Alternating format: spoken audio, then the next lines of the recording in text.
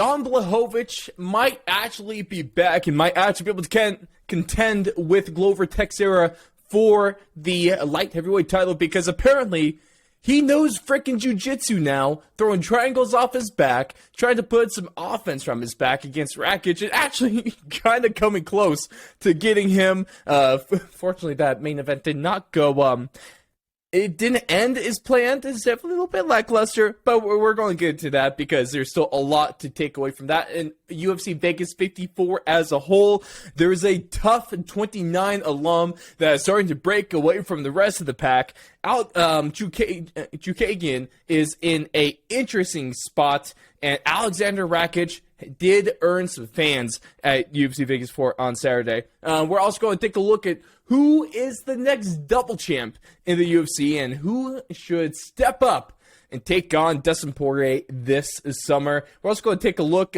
because we're kind of going to go over UFC Vegas 55. Like, we're going to give you the bangers, but that's really all I kind of plan to do with this card because I don't care. So what we're doing instead is take a look at the UFC. What happened at the UFC lightweight division underwent a Bellator-style Grand Prix. The Grand Prix probably being the only good thing that Bellator is currently contributing to the MMA world. It's obviously not Scott Coker, and it's obviously not his thoughts on what is or is not MMA. But ladies and gentlemen, thank you so much for tuning in to UFC Talk 89. Of course, I'm your host, Ross Allen, joined alongside by the best correspondent in the business, Blake Campbell. How are we doing, Blake? I'm doing great, bro. Thank you for that, very heartwarming introduction. I feel, I don't want to let you down. I want to be the best. I'm going to try my hardest today. Best. Well, you had Super Taco before doing this, so, I mean, you gotta be, like, well-fueled for a good recording. Yeah, I had Super Taco, but I got some mediocre at best flautas, so... Disappointing. This is my own fault, though. I tried to, branch off, do something new. That's what you get for branching out, man. Literally, don't make any changes in your life ever. Just creature of habit. Gotta keep sticking to the plans, to the game plan, and I didn't today, and I suffered for that. First round TKO loss from flautas. Unbelievable. The steak. I'm telling you, man, the steak super burrito never did me wrong. Never. I will never turn my back on it. Carne asada, carnitas, all that stuff. It's all good in my books. It's all good. I would love to make some carne asada this weekend. You got to do it, bro. Maybe next weekend, actually. I'm doing bacon wrapped chicken thighs this weekend. That's still good. Oh, it's going to be juicy. It's going to be amazing. Shout out to, maybe I'll pull out Volkanovski and start my own cooking channel. Hey, honestly though, maybe I should, because I cannot compete with him. That man is like giving Gordon Ramsay a run for his money. The stuff he makes it looks fire.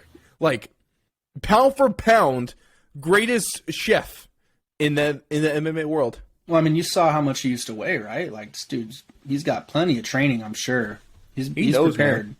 He knows his way around throwing some shrimps on the barbie down there in good old Australia. I can't alienate my fans too much, considering that one of our main draws is Australian football. I love you guys. You guys are great. I definitely don't want to make fun of you. You're going to take away my revenue. But we're going to Outback Steakhouse, yeah. Oh, Outback. I've actually never been there in my life. I've been there once when I was like pretty young, like young teenager. It's not good. I kind of thought that and like TGI Fridays was the same thing. TGI Fridays sucked. Well, it's also because we grew up in the same spot. We don't live in the same place now, but we grew up in the same spot, and TGI Fridays would like, it wasn't like right next to the Outback for like a second till it went out of business. Because now that's where Chicago Fire is. A respectable establishment. Decent. I mean, let's not go crazy here. Chicago Fire can still catch these hands. You know what? For the price point. Gonna have to disagree again, bro. I really don't like Chicago Fire. Yeah, but, that's what I'm saying. For the price point.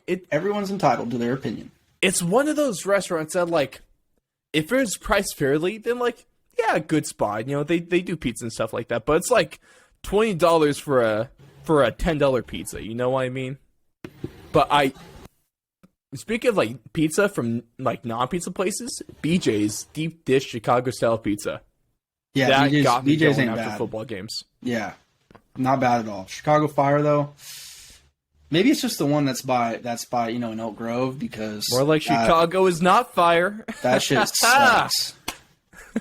Yeah, Yuan didn't suck though. UFC Vegas 4. So let's stop talking about food and let's start talking about MMA like we're supposed to apparently. But first of all, Blake, before we get into the best UFC 29 alum so far, did the bangers hit? I think we know the answer to this.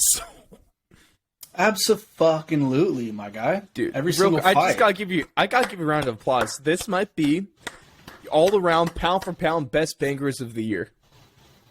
It was good. I mean, there's not one that I feel even remotely about, because usually there's like one or two where I'm like, yeah, probably could have. That definitely wasn't one of the top 3 best fights of the night.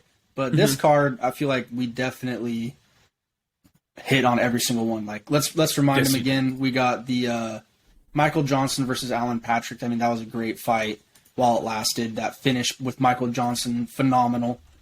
And then Davy Grant versus Luis Smolka. Davy Grant, man, that guy, kind of like we were talking last week. That's what I'm saying. Like, he might be up there in the Banger Hall of Fame one of these days because he's pushing. He's pushing the right direction.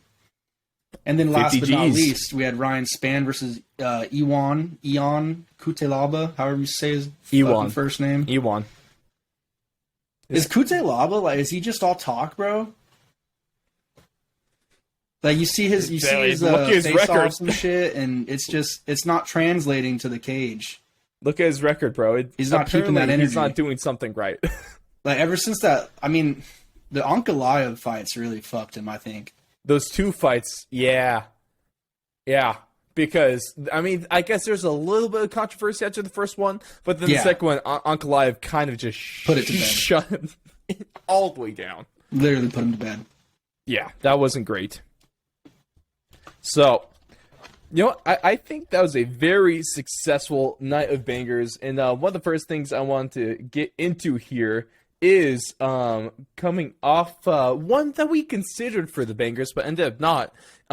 It's probably a good thing that we didn't do it because you're pretty much perfect, but a fight that was so really entertaining for the short time it lasted, Andre Petrosky derailing the hype train known as the man that Nate Diaz wanted to sacrifice to Khamzat Chimaev, Nick the Maximov. Sacrificial lamb.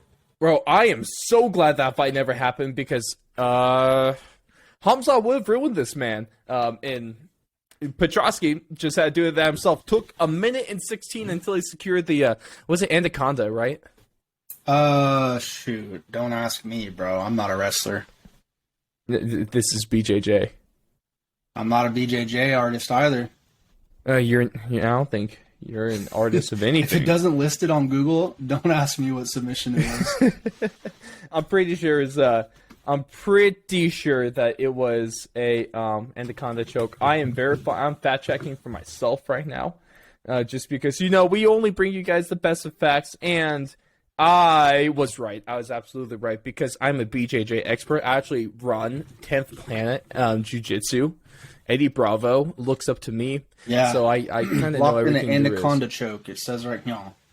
Yes, I got that. Thanks for being about 10 seconds late, Blake. You're the best. You're trash, bro. You don't even know what your chokes are, and you're a fighter now? Bro, I did. I knew what the choke was. That's why I said it was Anaconda. Whatever, Anaconda choke. Andre Petrosky, he's looking like the best fighter from Tough 29 so far, at least when it comes to not necessarily what we saw in the season, but translating to actual UFC events. And he's by far had the most. He's looked good in all of them. False. And, dude, he has a real future. He has a real future. False. Yeah, what do you mean, false? He is not the best from Tough 29 because he got beat. Is he still Brian Battle? Absolutely. It's Pooh Bear, bro. Come on. Put some respect on Pooh Bear's name. I want to see him fight again. Does he even have a next fight booked? I know Trayshawn Gore has. He just got the fight booked today. Well, it's weird because he's talking like he wants to go down to 170. Really? He looks really thinned out too. I guess he can make that. I'm sure he can. I'm sure Yeah. he can. But He might have 15 pounds to lose. I don't know. I mean, they're both 20. they're both 15. on some really impressive streaks here. I mean, he Battle beat Urbina. He beat Gore to win what I think is kind of like, the real tough championship, because that's who it was originally supposed to be. So, I mean, he's had some impressive performances, but I agree. I mean, Petrosky 3-0, since Tough has ended.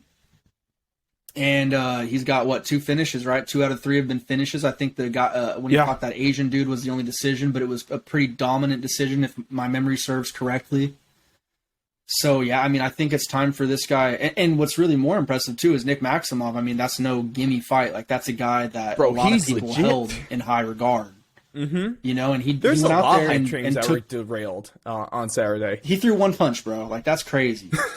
He threw one punch and submitted that dude. Not, choked him out cold. So, I'm very interested. Like, all BS, all shit talk aside. Like, Petrosky's on my watch list now for sure. I don't know if he's the most impressive so far, because Battle has, been there, done that. He beat him. He literally beat Petrosky on the show. And he's beat the scariest guys that were on that show, like Gore, Urbina. So Petrosky, some of his wins are like a little less impressive in my opinion, like that Michael Gilmore guy. Not really too impressed with that win, but everything else besides that, it's cool that he's getting finishes for the most part, and it's awesome that he's staying so active, because that's just only going to help you. I mean, look at Kevin Holland, look at Hamzat, like all these guys that stay super active. You're just getting more opportunities to be seen by the fans, by the brass, by everybody. So I mean, your popularity is going to rise because of that, like just by default. So very interested in seeing what his next step is. He just beat a hype train, so now it's like, okay, let's give him maybe a fringe just outside top 15, maybe even a number 15. Who knows? It's time to start building this guy. And maybe even build back to a rematch with Brian Battle if he stays in 185. That wouldn't be bad, man. I would not complain if we end up getting that down the road. Next thing I wanted to get into is that if you take a look, between the rankings, between the possible matchups, between who's champion, who's right behind her, Katlyn Chookagian's in a really interesting spot after her win on Saturday. Also a win that, on paper, it's a win. On paper, she won. But did she actually win? It's a tough one. I mean, we were saying before we started recording, dude, we've seen fights just like this go the exact opposite way. Yep. So it's a little, I don't know, it was a little weird to me. I mean, I don't know if that's the right word to use, but it was interesting. I don't know. It didn't feel like a real win. I mean, it just kind of just felt like neither of them won. Well, see, the funny thing, at least it wasn't one of those no woman won, like we got with Rosen and Esparza. Like, at least they were throwing. It was a more, for a Chookagian fight, I was actually like almost entertained. I was very impressed.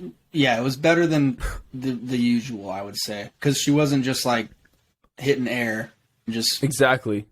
But now it's really interesting because she's the number 1 contender in the women's flyweight division. Mm-hmm. But last time she's not going to beat Valentina. Let's be honest with ourselves. No one in the top 5 is at this point. I know who I'm going to pick when we get Shevchenko versus Talia Santos. And now Chookagian is fighting down once again against Manuel Fiorot. That's taking place here in a matter of 2 to 3 months. I forget exactly what pay-per-view they're putting her on. Yeah, didn't they send Fiorot the contract like the night of or like the day after or some crazy shit? Yeah, like right after the fight. It was kind of funny. But she's fighting down again, but I don't know if this is necessary. When you see like highly ranked fighters fight down, it almost looks like they're doing their opponent in a favor. Mm-hmm. But I'm not sure if that's the same case in this situation. You know what I mean? Well, I mean, she definitely is doing them a favor by accepting the fight.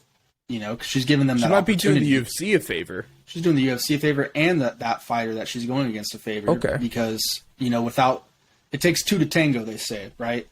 So, I mean, definitely, and maybe it's not like a direct favor, but it is like, okay, respect. Like, you're actually putting it on the line, you know? But I feel like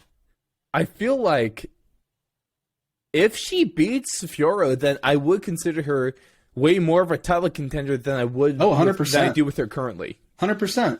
I mean, you keep lining them up and knocking them down, like, eventually you're going to gain your respect. Do you think she gets back to the title picture? Or back to title fight? If she beats Fiora, like, you know, that's the angle that the UFC's kind of taking. They're kind of, I think they want Fiora to beat Shikagian. But we'll see. I mean, if Shikagian beats I think Fiora, 99% of the world wants Fiora to beat Shikagian. Yeah, but I mean, I'm just saying, if Shikagian goes out there and is clearly going to come in, I would assume the underdog and the one that everyone's rooting against, and she goes out there in a hostile environment and beats her, like, that's pretty impressive. I'd kind of be okay with another title shot just based on merit. And it's like, you kind of know what you're expecting when she goes in there against Shevchenko, but at the same time, it's like, you know, this is, I don't know. It makes sense, man. It makes sense in the grand scheme of things. I mean, give her another shot because it is a fight, right? At the end of the day, shit happens, and maybe she gets, you know, maybe it's just her night that night, and she ends up pulling a Carla Esparza against a Rose. Hopefully not, but like not in that manner. I would say, like, if she beat her, that I would rather an upset. It's an upset that's entertaining rather than an upset that puts me to sleep. But yeah, I mean, if she keeps, like I said, lining them up and knocking them down, absolutely, dude. We got to give her another shot at some point, even though it's already been how many now? 2? 3? Is it 2? Is it 2? Or is it just one? I thought it's just the one. Maybe I'm getting her mixed up with Holly Holm. I was seeing a tweet today about that. Because Holly Holm's kind of in the same position. Because they kind of look the same. Yeah, and she's already had 4 chances, right? And she's only won, what, 1 of them? Or did she win? Yeah, only once, right? Yeah. She beat Ronda and then lost to Nunes like once or twice. Chukagian has only fought Shevchenko once. Well, she's fought Valentina Shevchenko once and lost. Then she's also fought Antonia Shevchenko and won. Damn, beef. The sister. Beef. I guess. But definitely think she could get back to it. I am not going to lie. I am rooting for Fiora because I want fresh blood in the division. Also, I think Fiora is great, so I'm rooting for her. But besides that, let's get into the main event here. Jan Blachowicz versus Alexander Rakic, essentially, more than likely, fighting for the number 1 contender spot for and face off the winner of Glover versus Yuri Prochazka. So just real quick, general thoughts about this fight, because obviously it didn't end in a satisfactory way. But what'd you feel about this one? I mean, I thought it was a decent fight up until the horrific injury. I thought it was entertaining. Like, probably one of the more entertaining Rakic fights we've seen in a long while. Yeah. I mean, he kind of looked like the Rakic from old, the guy that was just throwing heat kicks, you know, like just from everywhere, whether it be body, legs, head. And then next thing you know, his knee's blown out in the third. So that sucked. It looked bad, bro. I mean, for most people... Like, did you see it pop up in the replay? I can't watch that shit. Once I know something happens, I don't watch that. Bro, as soon as that happened, I was like, ooh, ACL. Yep. Yeah, I can't do that. I feel bad for him because this is like his 4th ACL injury, I think. I think it's at least his 3rd. It's at least his 3rd. It might be because he tore his right ACL. He's torn his left ACL twice. That is... So and then unlucky, I thought I read somewhere online where he was like, yeah, this one I already knew it was just a matter of time. It was like a ticking time bomb, basically. And of course, it happened the worst time possible. Yeah. Now, I feel bad for him, you know? That's so shitty. And it was a good fight, man. I mean, that eye of Jan's would have been interesting, you know? Would have been interesting to see going into deep waters, like how he was able to kind of combat that issue. But I mean, I think up until the fight ending, I think Jan was barely ahead, maybe. I had him winning third, just squeaking by. I know it's too early to kind of tell. What's the math? 29-27? 20-27. I'm about 20-27. Yeah, I think it was going to be 2 rounds to 1 yawn. If it kept going the way it was going. No, sorry, 29-28. My math is off. No I'm worries. dumb. I wasn't a math major. I forgive you, bro.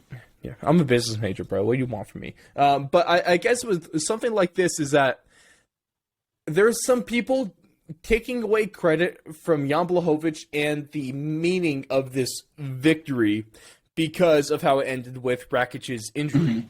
But also, I am not sure if I want to buy into those kind of thoughts because, yeah, this might be a freak injury, but also I don't think that Jan's game plan of landing a crazy amount of leg kicks and just working away and checking Rakic's kicks, that absolutely played a role in this knee injury. So I think Jan deserves a little bit of credit for that. Yeah, and I also like what he had to say about, he came prepared for war for a full 5 rounds. His body held up, Rakic's didn't. That's just kind of the way this sport goes sometimes. I mean, look at Uriah Hall and Chris Weidman, Anderson Silva, Chris Weidman, Conor McGregor, Dustin Poirier. I mean, it just freaking happens sometimes. Like sometimes some crazy shit happens in the octagon. And, I don't think you really need to look down on either guy. Like, I think it's a legitimate win for Jan, even though the circumstances are kind of crazy and doesn't happen often. But it's still like, dude, he showed up, he was ready for war, and he took it to Rakic, and Rakic took it to him. But there was only one guy left standing at the end of it. So I think that just kind of, that's my thoughts on it, man. It's same thing with the Conor McGregor fight. Like, I'm a Conor McGregor fan for the most part, unless he's fighting Nate Diaz, of course. And I still think that was a fair loss for Conor. Like, that shit just happens. Absolutely. No, I'm right there with you, man. I guess so. Where do you think we go to next? Is it time for Jan Blachowicz to step back into the title picture in his next fight, no matter who wins? I think you put him on ice. Yeah. Because this fight takes place this month. No, either next way, month, it's going to be a June, big right? fight, dude. Like, Jan's a pretty decent. I don't know if he's like a pay-per-view draw. I would say he's a draw, though. I'd say to casual fans, like he's probably pretty up there now. Like people know who Jan is. People are pretty aware. Like that Izzy fight definitely helped him. Also, and like just rematch while is we're on going to be interesting. Like I'm intrigued to see can he figure it out against Glover. And then on the other side too, you have Yuri. If Yuri wins, then that's just going to be freaking massive, right? Because then it's the Czechs versus the Polish, and they're like right there by each other in Europe. I might be wrong in geography, but no, they're pretty close. Yeah, so I mean that would be another sweet fight as well. Like two. Also, they're both draws. They're both psychos. Yeah, and I would consider Jan Blachowicz a draw because Polish fans, they're probably in terms of a nationality fan base, I would say they're one of the better ones in the world. They do they're vocal for their fighters, and there's nothing like the legendary Polish power. Him versus I'm a big Prochazka fan of Jan, bro. I think he's just a cool dude. He's a cool dude. I mean, if it's almost impossible not to root for underdog stories, and Jan Blachowicz is one of the biggest ones in UFC history. Yeah. Did you see him today talking about how high he was? Wait, what? In what context? So he was getting his eye checked out or whatever, and they gave him some stuff to kind of numb the pain, And he was doing a little video on Instagram or Twitter or something. I can't remember where I saw it. It was one of those two. And he was just like, "Yeah, I still feel the effects of the drugs. It's, I like it. Blah blah blah blah blah." It was just funny. I'll have to send it to you. It was pretty cool. He's a good fighter. He's an entertaining personality too. I enjoy every aspect of Jan Blachowicz. Yeah, and it helps he speaks English decently well. He has good English. I was about to say he has a good English. That would not be good English. Oh man, I can't have the Poles speaking very English to me, but it's definitely like that sometimes. But let's know your thoughts on UFC Vegas 54. is Jan deserving of a second chance at UFC Gold? Is Chukagian in? Is she going to be fighting for the title ever again? And who would you say is the current best prospect from Tough 29? But before we get into taking a look at what a UFC lightweight Grand Prix-esque tournament would look like, it's time for What the Blank. Yeah, dramatic pause. I'm sure I had you guys at the edge of your seats that whole time. But for those that don't know how this works, we got What the Blank. We got 3 blanks for Blake to fill in the blank with whatever he so chooses. There is a blank at either the beginning, the middle, or the end of each of these statements, and it's up to Blake to fill in the blank with a blanky blank, blank, blank, blank. I like blankets. I don't know where I went with that one. But, of course, sound us in the comments or over on our socials at Fourth and Long Media your thoughts on what you would fill in the blank with. But starting us off, we got the fun one, and one that might have an obvious answer, or there might actually be another one up here as well. But statement number 1, the next UFC double champ will be blank. I think most obvious answer you'd probably hear would be Hamzat, just because hype train. But I think one that could sneak in there potentially, depending on the rematch of Juliana Pena and Amanda Nunes, I think we might see Shevchenko. There we go.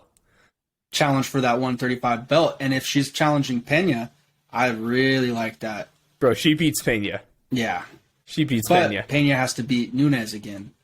I love that you brought that, because recently I've been kind of torn. Like, when Pena first won the belt, of course it was shocking, and I wanted Amanda to be champion again. But now I'm thinking, I kind of want Pena to win, and then Shevchenko to fight her, because Shevchenko is my favorite. She's one of my favorite fighters, and I would love to see her become 135, and then, assuming that she beats Pena, maybe Amanda Nunes challenges Shevchenko for the trilogy for that bantamweight championship. Who knows? So yeah, there's a lot of possibilities with that, but we'll see. I mean, have you checked out any of a quick little pivot before we go to the next question? We're going to talk about Tough. Have you checked any of it out yet? I haven't seen any of it. I watched the first 2 episodes. Okay, how are we feeling? Honestly, it's not bad, dude. I don't know. They do a good job. Compared to last year, because I enjoyed Tough 29.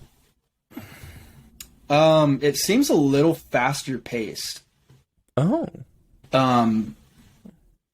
But yeah, I mean, that's really all I could notice. And then Forrest Griff, I mean, I don't want to spoil anything for you. But Forrest Griff I know he's there. He's very heavily involved now. He's kind of taken over most of Dana's responsibilities. But that's kind of nice. I like that. But dude, he's cool. I'm a big Forrest Griffin fan. I think he's very well spoken. I feel like he would kill it in that position. Yeah, and he's got fighting experience. Fighters are going to respect him a little bit. I love that. I mean, arguably and probably the greatest or the most notable tough fighter of all time he's up there. He's definitely up there. He saved the UFC basically. Exactly. Him and Bonner. Yeah. So if you're going to have anyone take over Dana and kind of be a new representative, it kind of got me thinking about who Dana was saying who's going to take over for him after he's all done. Yeah, is Forrest that guy? Is it actually? I'm not sure, because I think I forget who, but someone on MMA on Point actually did a whole journalistic breakdown of this, and I think it's one of the guys who is helps with matchmaking. He's almost like a back end kind of guy. That's no fun. So I'm not sure if it's Forrest. I think you need a personality there, bro. That's a great idea, though. Right? You're on the money. Forrest would be cool, dude. He just seems like a good guy. If you want personality, he's definitely not he's going to be a different personality from Dana White. Probably a little bit more of a positive and happy one. But Aaron Tatum, I could totally picture that. You're a genius. You're a freaking genius, Blake. He just needs to hire me as his assistant, and then we'll be good. and then you can hire me to be your assistant. No, I'm just hiring you to be just equal. You're just gonna be That's my pretty equal. sweet of you. You know what I'm I've saying? been one. You can Works be for my me. assistant if you want. Well, I was just like, if I need to just get my foot in the door, I'll take it. 100p, bro. I got you. Hey, let's. We just go, need to get bro. Forrest on board now. Hey, Forrest, I know you're listening. Number one fan. Oh, I love you. I love you. You're my favorite Forrest. Gump does not compare to you. Neither does the Redwood Forest of California. Not even close. Not even close. Forrest Bonner. Forrest Griffin. Oh, wow. He's not behind me. I said yeah, Forrest we're Bonner. screwed now. Next Oh, question. Statement number 2. Blank should hurry up and step up to fight Dustin Poirier. There's a couple on my mind for this one. So if we're talking lightweight division, I'd say Michael Chandler, actually. I'd say Michael Chandler and Poirier should be the fight to make. And I think we talked about this like last week or the week before, but that's the one that I want to see, because then that kind of completes that trio of fights, you know, with Gaethje fighting Poirier and Oliveira fighting Poirier and Gaethje. Different round robin. You know, and then so Chandler, really the only guy he hasn't fought is Dustin Poirier. So, I mean, that would be pretty sweet. And then what's even more interesting is they've all fought Alvarez, every single one of them. Besides, I want to say Oliveira, but like let's just focus on Gaethje, Chandler, and Poirier, right? They've all fought basically the same dudes. It's kind of crazy. So I'd like to see Chandler versus Poirier. I just think that's a really fun fight. It's a fight that moves the division in the right direction, and it's just interesting. It's just it's going to be fun, a really fun fight for the fans to watch. But if we're just talking about like just people, like just anyone in the UFC. I would say, yeah, I mean, you have to throw Nate in there too, right? Yeah. Well, I don't think we're ever going to get that because they apparently agreed to it. The UFC doesn't want to give it to us. Yeah. So, I mean, that's the only other one. Has to be holding Nate for Connor. Has to be. Yeah, or Colby too. Like, I would enjoy seeing the Colby versus Poirier fight. And now Poirier is actually out there calling for it. So Dustin said he was offered. He just doesn't want to give Colby. He essentially doesn't want Colby to make any money, is what he was saying on the MMA Hour. He's been offered to it, hasn't declined it. In fact, it seems like that's what the UFC wants to do. Like that's their top fight for Dustin. What's up with this brain injury stuff that came out about Colby? Like, I saw some crazy reports last week about like he's gonna retire because of the brain injury that Masvidal gave him from the sucker punch. Well, he's definitely jacked up his teeth. Yeah. Oh, his teeth didn't look pretty. The brain injury, I don't know, maybe. Just sounds a little, I don't know, maybe that was just hearsay. Maybe playing into it a little bit. I'm not sure. I didn't really hear a whole Trying to make that lawsuit go crazy. Hey, shoot. It's like when you rear end someone, they go, my back, and just kind of... Show up in a neck brace the next day. Exactly, bro. Walking with with those walkers with the tennis balls that you see old people. Bro, so you get one of those Stephen Hawking type wheelchairs. Yeah, bro. Oh, shit. boy, that's great. I want to put it past Colby. I want him to call... what's he going to refer to the judges? Your honorable nerd and virgins? Nerds and virgins of the jury. Your honors. Oh, that'd be great. I need to see a Colby coming in court. But you can make a TV show around that one. But statement number 3 is blank is the most annoying thing about MMA.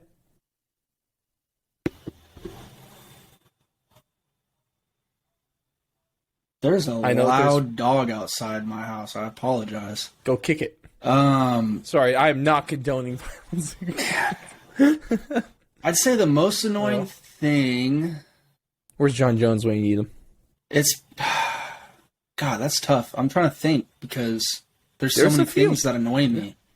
Like number one that comes to mind obviously is like judges. Like judges really piss me off sometimes They piss me off a lot. because it's just not consistent. Like it's just No. it's such a. What are we going to do to fix it? Are we going to need are we going to expand from the judges? 9-judge panel. I don't know. How long would it take to read the scorecards for that? Imagine you get a split decision, you got to read off 9 scorecards. Yeah, that would suck. Maybe I think don't 3 have judges boxing is fine. judges as MMA judges as well. Crazy thought. Because the commission just uses them all the same. Yeah. They should Especially have like a judging course or something. I don't know, man. I don't know how to fix the judges, but that's the number one annoying thing for me. Okay. Let's see if I can think of something cool too, though. Something else. MMA fans specifically. What grinds your gears about the fans? I mean, fans are fans, bro. Like, I'm a fan too. I have my opinions. I'm sure not everybody agrees with them. Yeah. So it's like that's what makes sports the best, in my opinion. Like, you all get to talk shit and believe what you want to believe and be delusional in your own, sense of reality. Because I'm a Raider fan, so I'm pretty delusional sometimes. I'm a Bronco fan. I've had to be delusional for the last 6 years. But it's the best, bro, because it's like you just get to wrap yourself up in whatever you think is It's the only way we have fun, man. What's the last Yeah. time? Well, at least the Broncos were good a lot more recently than the Raiders were. Shut up. Also, it probably didn't help that Tom Brady said that tough. I'm gonna be cool, bro. I'm gonna be cool and not bring up the point that you guys haven't beat us in 2.5 years, so it's all G. Yeah. The Broncos also haven't beat the Chiefs in I think like 5 years. So yeah, can't relate. Hey, it's a new season for both of us, buddy. New season for both of us. It's new era. I'd say number one thing though that does piss me off about fans is just when they actually reach out to fighters and like shit on them publicly. It's like, dude, yeah. Come on, brother. When you're You don't talking gotta do all about that. someone on Twitter and you at them. Yeah, like you just say what you gotta say, but don't like go mention them and get all in their business and drag them down. Like, talk your shit, but just do it in a, I don't know, non-direct way so people don't have to fucking wake up and look at that shit. It's just stupid. Do it in like whatever guy tried to talk smack about Paul Felder that one time. I think that's the only acceptable way I've seen someone really talk smack. Yeah, because I mean, I have some shit to say. I'm very opinionated, but I try my best not to drag the fighters into that because it's like that's like, dude, if someone was talking about my job, I'd be like, damn, what the hell? Well, see, there's a lot of people that like to personally attack fighters, which is stupid in 99% of the cases. I do my best to not attack them personally. I just try to talk about the actual fight in the MMA game and stay to that. And but entertainment value too. That's the number one thing I'll shit on is if it sucked entertainment wise. Yeah. And the one thing I always say is that, yeah, I'm criticizing them. Would I be able to do what they're doing? Absolutely not. Am I going to criticize it? Yes. Is that maybe unfair a little bit? Yes. But I'll admit that. But also, I'm trying to do my best. I'm going to try to earn myself a little bit of respect because I am going to do what they do. I am going to go into a cage with another guy that weighs 205 pounds, and we're going to try to knock the living daylights out of each other half naked in front of thousands of people. So I'm going to try to step in. Fingers crossed, thousands. Who knows? The fight. Shout out to FCC MMA, Full Contact Contender. Check them out on Instagram because that is hopefully going to be my full-time job. That's actually going to pay me well, or well enough here soon. So I can get you guys more fourth-line content as well because that'd be great. But they are based out of the UK. So me and Jendo MMA or Johnny, as we all know, or the smallest arms in Westland, Oregon, also known as that. We might actually be flying out to the UK to fight. So we might be fighting in Liverpool, which would be kind of crazy. How the hell is your manager going to get there, bud? Zoom. Yeah, they better be providing What's a my ticket manager for me. been doing, bro? My manager has to do something for me first, right? You got to do something for me, bro. I'm working with a undefeated defeated fighter. Hey, I am Chelsea. I am undefeated. I am undisputed. I have never lost a round. And also, I have the biggest arms in Boise, Idaho, baby. Yeah, we'll see, bud. Keep Looking it up. kind of nice. Looking kind of nice. We're getting a little shreddy, little tricep action. Okay. I might be on Gendo's team now that I don't get to go. Who says you don't get to go? You just said. You said it's going to be in freaking Liverpool. Yeah, hey, we're trying to work some funds. Maybe you guys can go buy some freaking t-shirts and help us out here. thefourthlong.com/apparel. The New Era collection is now out. New Era Combat, New Era Gridiron, and New Era Footy. All of those are now out. Go ahead and get yourself some pretty bitchin' merch. Or even if you want wall tapestry, I don't even know why you would want it, to be honest. I got it for a set piece, but if it's there if you want. But that's going to do it for What the Blank this week. Let us know your thoughts. What is the most annoying thing about MMA or MMA fans? Who should fight Dustin Poirier next? And who has the potential to be next UFC double champ? But we're gonna before we get into just the bangers of UFC Vegas 55, because honestly this card doesn't really deserve any more coverage besides that. Hopefully it surprises, maybe it won't, but that I really don't care a whole lot. I know, Blake, you're not complaining either about not going super in depth about it, but we're going to take a look at what a Grand Prix in the lightweight division would look like. And I put these together. We're doing the top 8 fighters, and especially since the championship is vacant for now. There's no champ. We have fighters ranked 1 through 8, and I did matchmaking off of current rankings in typical tournament style. So I'm going to get Blake's predictions on this one just to see who would become UFC lightweight champion if this was to go down. But starting us off in round 1, Blake, would be Charles Oliveira versus Conor McGregor. Who wins? I don't even think McGregor can make 155. I'm taking Oliveira. Yeah, there is that part. I guess we just have to assume that he is. I would take Oliveira nonetheless at this point. Second fight would be number 2 ranked Dustin Poirier against number 7 Rafael Dos Anjos. Like, just to go back, I'd almost be more excited to see Rafael Fiziev in this tournament than I would McGregor. Like, I just don't think he has a chance. He got beat up by Dustin twice. You think he's going to do anything against Oliveira? Like, Oliveira will make Oliveira knocks him out in the first round. Yeah, he'll either that or he taps him. He finishes him in the first round. How about that? Yeah.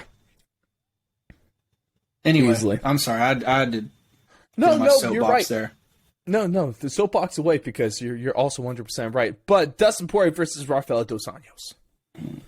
I mean, I'm going to have to go with... I thought it was a pretty clear-cut answer at first, but then I thought about it. I'm like, it's closer than I think, but I'd still probably go with Dustin. Go with Dustin there. And third fight, Justin Gaethje versus number 6 ranked Beneil Dariush. This is where it gets interesting. I'm going to go Gaethje here, actually. Okay. Is it as close as I think it might be? Look at Dariush's fight against, who's... Thiago Moises? No, dude from Arizona. Damn, dude. I want to say Eric Anders, but it's not Eric Anders. He looks kind of similar to him. He looks, he dates like that Courtney girl, Courtney Casey, maybe. Courtney Casey? Man. What the hell is that guy's name? James Vick? Who's the guy that got pushed by Jeremy Stevens? Oh, Drakkar Klose. Drakkar Klose, thank you. He's from Michigan, bro. Yeah, but he fights out of Arizona. Okay, fair enough. Because he's like there at the MMA lab, I want to say, with like Sean and Kyler Phillips and all those. Drakkar. Jared Cannonier, all those guys are all over there. Anyway, look at Drakkar Klose's fight against Beneil Dariush. Like, I'm pretty sure Gaethje knocks out Beneil. Fair enough. And then the fourth fight would be number 4 ranked Islam Makhachev versus Michael Chandler. Yeah, that's going to be a Makhachev win. Yeah, that's kind of what I was assuming there. Unfortunately, fortunately for Michael Chandler. I feel like, though, to give him some credit, Chandler is like the only guy to find a way to make an Islam fight entertaining, though. Yeah, potentially. Imagine look at Oliveira, how he got Chandler's back and couldn't tap him out. Mm-hmm. So pretty impressive. I mean, I think that's a much closer fight than than my answer might have sounded. I think so. No, I would confidently pick Islam to win that fight, but It could be a war.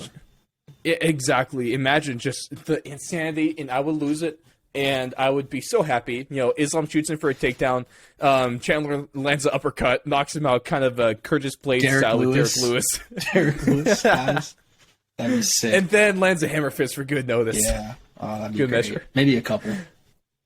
Hey, do as many as you want, man. Islam's kind of pissing me off recently. Like, can we stop with the whole notion, like, that Charles Oliveira is a quitter?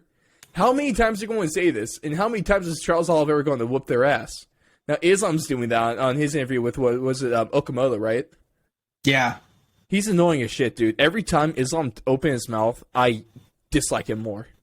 Yeah. Well, and it's probably tough, too, because he's probably got people telling him what to say, you know? You mean like the greatest manager in the world taking over his Twitter every day? The guy that has the sharpest head ever. Dude could and the freaking... shiniest. He could, like, I don't even know, bro. He could cut cookies with that freaking top of his head. Oh, no. Oh, that's great. But take us into round 2. The first fight we'd have is Charles Oliveira versus Islam Makhachev. That's crazy. Mm-hmm. That's a really tough fight, dude. I don't know. I'd probably have to take Oliveira just because I've already promised myself I'm not picking against that guy again. Never pick against him until he until he loses, right? Yeah. So I'm 1-0 right now since I've gotten that mindset, so I'm staying with it. I don't blame you, man. I don't blame you. Second fight, we get the rematch, Dustin versus Justin. See, like, that's amazing. I would love the rematch. Just in general, I would love if they ran this back, dude. It'd be so good. That would be a really, really close fight. Because it's like, man, if Gaethje sticks to the game plan, he potentially could do it. Mm-hmm. But I think Dustin still has a couple more tools in his tool belt. So I'm probably going to give the edge to Dustin. Fair enough. That's so close, dude. I don't know. I think I've been off a little bit recently with like my main event picks, but if you're going with the new Justin Gaethje, Trevor Whitman, new era, I'd almost want to pick Justin in this fight. I guess the easier pick would be like the safer pick would be Dustin, though. Absolutely. You know what I mean? Mm-hmm. I just think Dustin would put him away. More durable. So, yeah. That means we get the rematch between Charles Oliveira and Dustin Poirier for the lightweight championship of the world.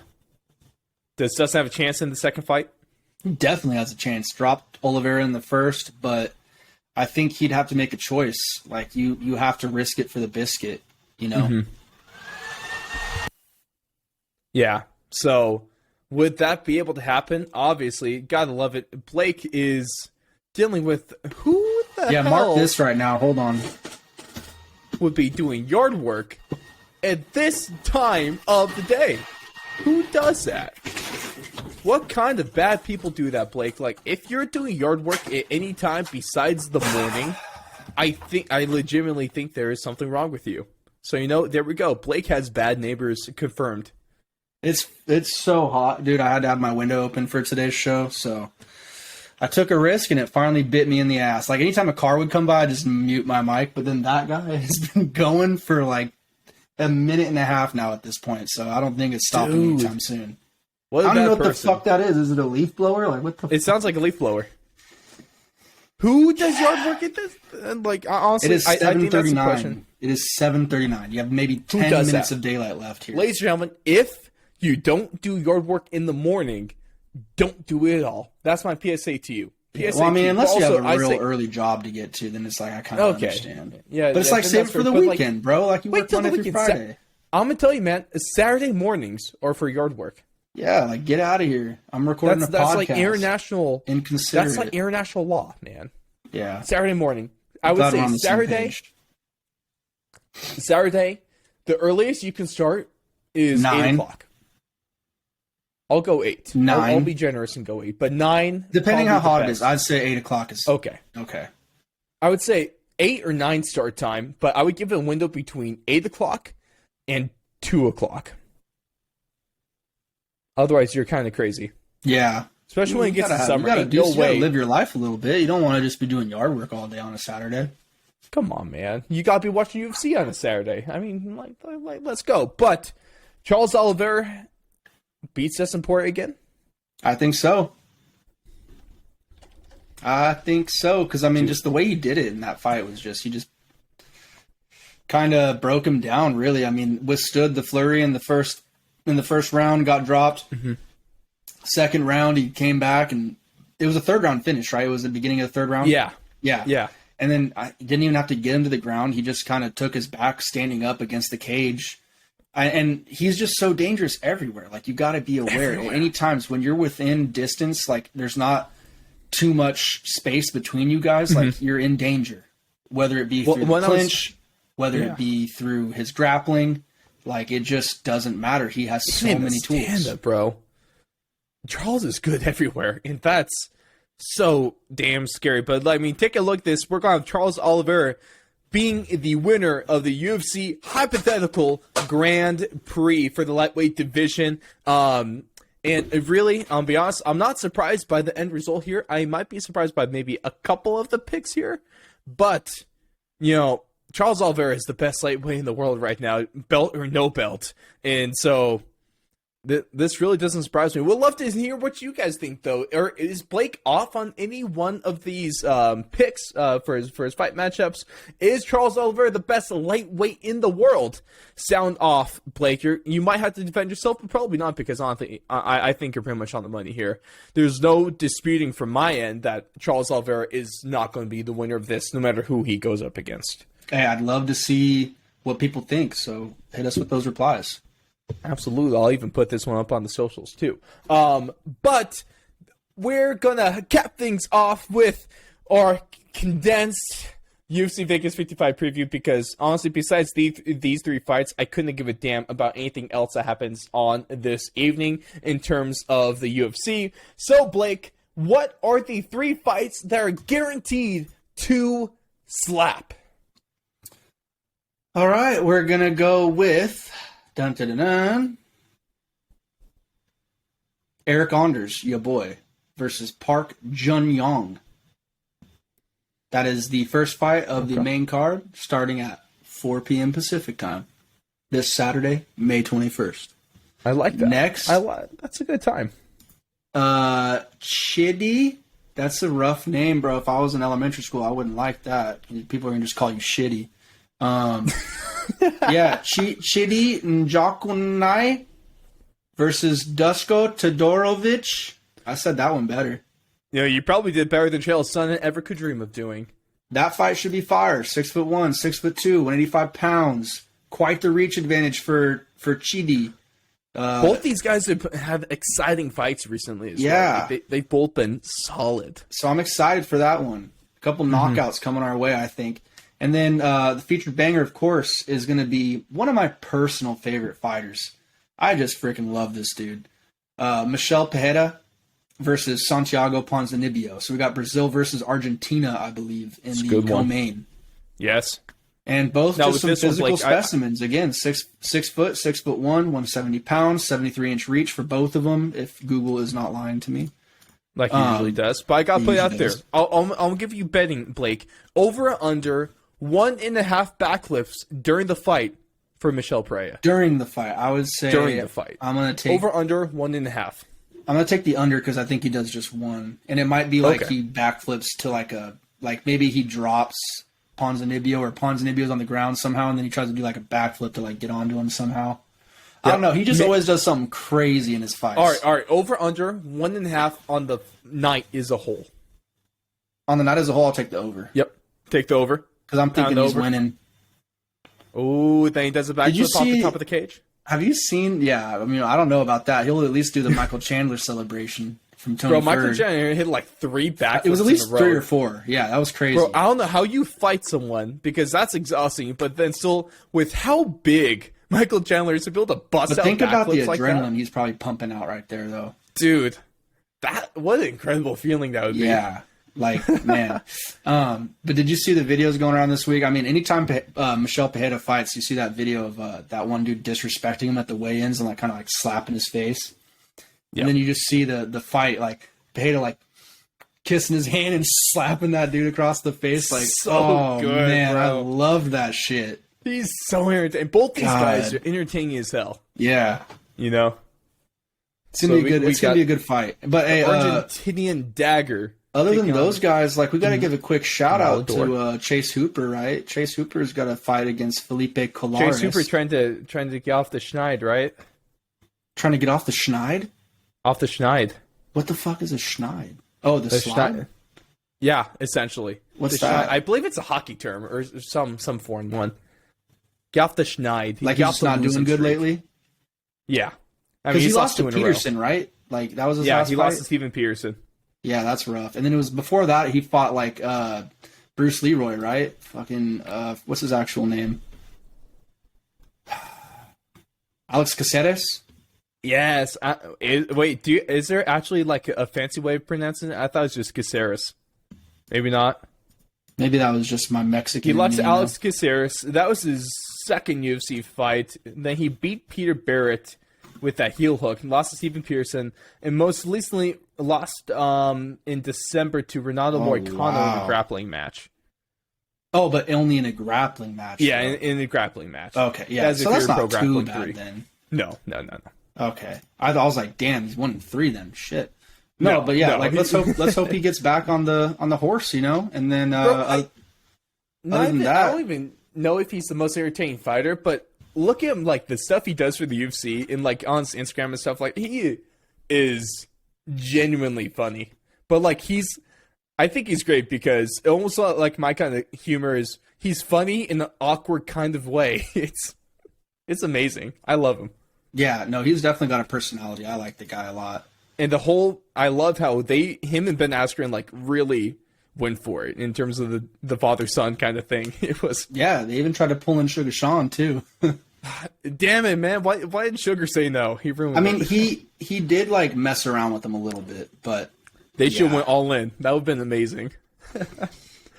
Yeah, but at that time, that's when Ben's skull was getting crushed. So yeah, it wasn't great. Now we need them to show up. I mean, we got UFC guys showing up in like AEW. We're going to see a new like trio roll up into new wrestling faction. I'd be down. That sounds pretty cool. The Jufros. Like I'm all about the WWE type shit, like with the real life UFC stuff. Like the entertainment value it brings is great. Because it's like the main thing for me is like I started disliking WWE when I finally like it all clicked. Like, okay, yeah, there's no chance this is real at all whatsoever. Yeah, yeah. But if you take what the WWE was doing in terms of entertainment value and brought that into the UFC, like, dude, that's just gonna make shit like, 10 times better. If that was 100% real with the same entertainment value, amazing. Like, goddamn, dude, Vince McMahon knows how to create some drama, bro. Yeah, wrestling is the only way Paige Van Zant is winning anything right now. Hey, she's bare knuckle FC fighter, bro. Have some respect. And she's a bare knuckle FC loser. She's won a fight in there. She has? Hasn't she won? Didn't she win her debut? I thought she lost her debut. All right, let's fact check myself. I know for sure. Maybe she is 0-2. Let's see. No, she beat. I think. Wait, no. Yeah, she's lost. She's both 0-2. She lost to Britain Hart and Rachel Ostovich. And now she's gonna be headlining in Paris or something like that, right? Yeah, she's lost to Rachel Ostovich, or no, she actually beat Rachel Ostovich in MMA. That's right. In MMA, yes. Yeah, not boxing. She actually got her in an arm bar in MMA. Can't do that in bare knuckle. Yeah. Oh, that's great. But yeah, bankers for UFC Vegas 44, of course, to recap, is going to be Nuwakani. I'm just going to roll with that. I am Jaquani. I'm bad with the enunciation of certain names. Definitely not as bad as Chael Sonnen, but also he's undisputed, never lost a round. So if no matter how Chael pronounces your name, that is the correct pronunciation. 100%. Yeah, right. I mean, you're just going to have to legally change your name. But then you got your boy versus Park, and then Blake is also rolling with pretty much of a banger of a Santiago Ponzinibbio versus Michel Pereira. If that one's not a banger, I'll do something crazy next week. Is that a promise? That's a absolute 100% promise and a threat. I think it's more of a threat than anything. I'll come to think of it. Oh boy, we are in for something special if the unthinkable happens at UFC Vegas 55. But ladies and gentlemen, thank you so much for tuning in to UFC Talk 89, as we had plenty of action from Saturday. There's some really interesting stuff going on in the lightweight division, and Islam Makhachev needs to stop listening to Ali, the sharpest bald man in the history of the world. But thank you so much for tuning in. Like I said, you can find all of our great stuff over at thefourthandlong.com. All MMA stuff, thefourthandlong.com/MMA. You can find us on Twitch, find us on YouTube, find us on Rumble, find us on Spotify, Apple Podcasts, Anchor, anywhere you get your podcast from. We're also on Twitter and Instagram at Fourth Long Media. You can follow Blake Campbell for whatever reason. I don't know why you would, because he has a really boring Twitter most of the time. But, occasionally he does get into a good fight. Was it like Blake Campbell 11 on Twitter? Honestly, I couldn't even tell you. I think so, though. I don't even know where my phone's at. I'm gonna fact check you real quick. No, I don't want Balek. I want Blake. Yeah, Blake Campbell 11. Blake Campbell 11. Blake has lost his phone and also losing his will to live if Ponzinibbio versus Michel Pereira doesn't go as expected. But you can go check out all of our stuff. Brand new merch over at thefourthlong.com/apparel. But Blake, your thoughts on male pattern baldness in one word or phrase? Male pattern baldness? Yes. Male pattern baldness? That's yes. A real term? It is. Never heard it before. Yeah, that's just bald. Yeah. Apparently it's illegal to say that in England now. You can't call someone bald without that being sexual harassment. So there you go. Shit, dude. I mean, if you're bald, bro, don't be too hard on yourself. It's just, that's the card you were dealt. And, just remember that there's more to you than meets the eye. And just keep trucking, bro. I believe in you. It can sound like they have a disease. Shit, they might, dude. You never know why someone's bald for. You never know. If you're the fake disease Will Smith's wife is trying, or girlfriend. Alopecia or some shit, whatever the fuck that's called. That apparently there's theories that she's faking it. Shit. Right. Damn. Don't be Will Smith. Get yourself a real relationship with the woman. Don't be a simp. Don't be a simp. Don't be a cuck. Don't be a cuck. That's rule number 1, bro. Words to live by, ladies and gentlemen. Go out there, live a good life, and don't be whipped. We'll see you after this weekend of fights. Fingers crossed, it's more exciting than I think it'll be, and we'll see you at UFC Talk 90.